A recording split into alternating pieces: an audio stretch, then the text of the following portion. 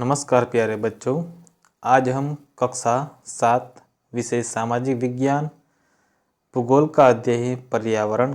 उस अध्याय के महत्वपूर्ण प्रश्नोत्तरी की आज हम चर्चा करेंगे, जो आपको आने वाले एग्जाम में बहुत ही उपयोगी साबित होगी। तो आइए शुरुआत करते इस अध्याय की प्रश्नोत्तरी।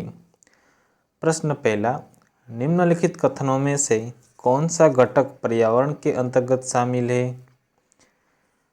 ऑप्शन ए मनुष्य, मानव निर्मित वस्तुएं, प्राकृतिक वस्तुएं या उपरोक्त सभी। तो राइट आंसर आएगा उपरोक्त सभी। प्रश्न नंबर 2, पृथ्वी के चारों ओर फैली हुई वायु की परत को क्या कहते हैं? तो उसे कहा जाता है वायुमंडल। प्रश्न नंबर 3, निम्नलिखित में से कौन सा प्राकृतिक परितंत्र नहीं है? मरुस्थल, ताल, वन या इनमें से कोई नहीं। तो राइट आंसर आएगा ताल। प्रश्न नंबर 4, निम्नलिखित में से कौन सा मानवीय पर्यावरण का घटक नहीं है? ऑप्शन ए स्थल, धर्म, समुदाय या उपरोक्त सभी। तो यहाँ पे मानवीय पर्यावरण का घटक नहीं है, तो वो आएगा स्थल। प्रश्न नंबर 5, निम्नलिखित में से कौन सा मानव निर्मित पर्यावरण है? तो पहाड़, समुद्र, सड़क या उपरोक्त सभी।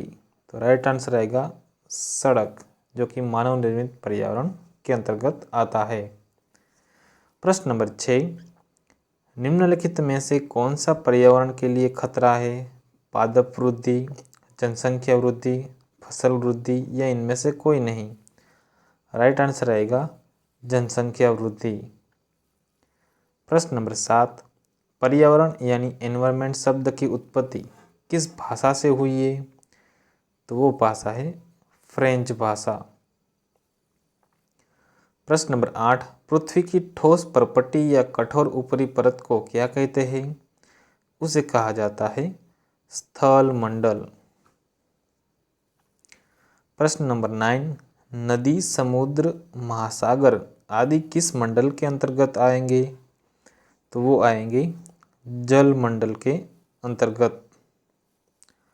प्रश्न नंबर 10, पृथ्वी के चारों ओर फैली वायु की पतली परत को क्या कहते हैं? उसे कहा जाता है वायुमंडल। प्रश्न नंबर 11, पादप एवं जीव जंतु जिस क्षेत्र में रहते हैं उसे क्या कहते हैं? उसे कहा जाता है जैवमंडल।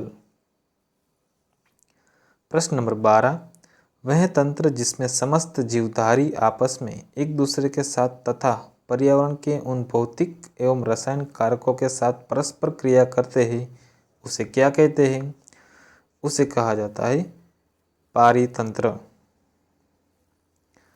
प्रश्न नंबर 13, विश्व पर्यावरण दिवस कब मनाया जाता है?